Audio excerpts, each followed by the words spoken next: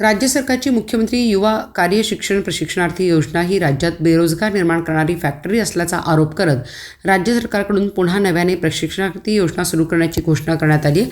मात्र आधीच्या 1.25 लाख प्रशिक्षणार्थ्याबाबतीत धोरण स्पष्ट केल्याशिवाय भरती होऊ देणार नाही। प्रसंगी संबंधित कार्यालयाला 1 जानेवारी रोजी टाळे ठोकू आणि बेमुदत उपोषण सुरू करू असा इशारा महाराष्ट्र युवा प्रशिक्षणार्थी संघटनेचे प्रमुख तुकाराम बाबा महाराजांनी दिला। राज्यात आधीच्याच 1.25 लाख प्रशिक्षणार्थ्यांना प्रशिक्षण देऊन वाऱ्यावर सोडण्यात आले।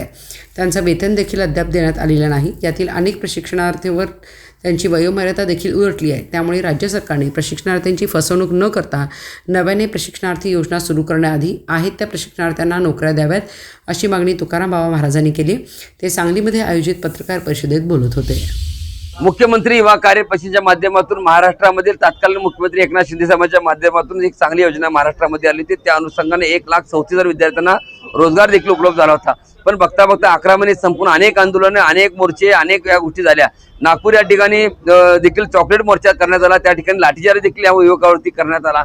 अशा पद्धतीचं नेतृत्वावरती त्या ठिकाणी लाठीचार्ज करण्यात आला। म्हणजे अशा पद्धतीची भूमिका असताना पुन्हा सरकारने ह्या योजनेतील जे मुलं काम करतात त्या मुलांना त्या रोजगार जो आहे त्या ठिकाणी काम करतात ते राहिलं बाजूला, पुन्हा नवीन योजना आणून उद्याच्या 1 तारखेपासून म्हणजे 1 जानेवारीपासून नवीन मुलांना जॉईनिंग करून पुन्हा त्या मुलांना बेरोजगार करण्याचा सरकारने संकल्प केलेला दिसतोय। आहे त्या मुलांना रोजगार कुठं देणार आहेत हे माहित नाही, आहे त्या मुलांना जे प्रमाणपत्र प्राप्त आहे ते माहित नाही, पण आहे त्या मुलांना सरकार वाऱ्यावर सोडतंय आणि नवीन योजना आणून पुन्हा सरकार ह्या मुलांचं महाराष्ट्रामधल्या मुलांचं एज म्हणजे जे एज आहे, वय आहे ते एजबार करण्याचं काम सरकार करते।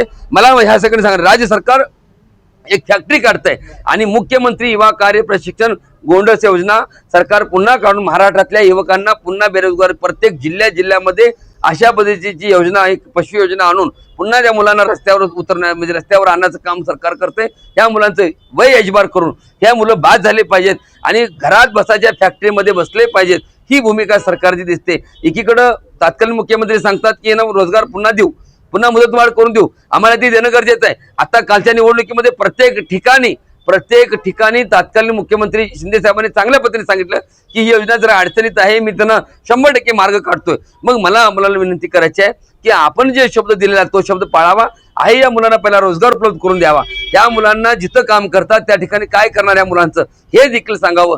तोरपत्र हे पूर्ण होत नाही तोरपत्र सरकारने महाराष्ट्रामध्ये प्रत्येक जिल्ह्यामध्ये कुठलीही योजना नवीन आणून मुलांची फसवणूक करू नये आणि मुलांना पुन्हा एकदा असं म्हणजे गाजर दाखवू नये, ही माझी सरकारला विनंती आहे। जर असं जर होत असेल तर महाराष्ट्रामध्ये प्रत्येक जिल्ह्यामध्ये ज्या आस्थापनामध्ये जिथं आयुक्त कार्यालय आहे त्या ठिकाणी श्री संत बागडे बाबा मानव मित्र संघटना युवा कार्य प्रशिक्षण महाराष्ट्र राज्य याच्या वतीने टाळे लावून त्याच ठिकाणी अमरण उपोषण करण्याचा देखील इशारा त्या माध्यमातून मी देत आहे।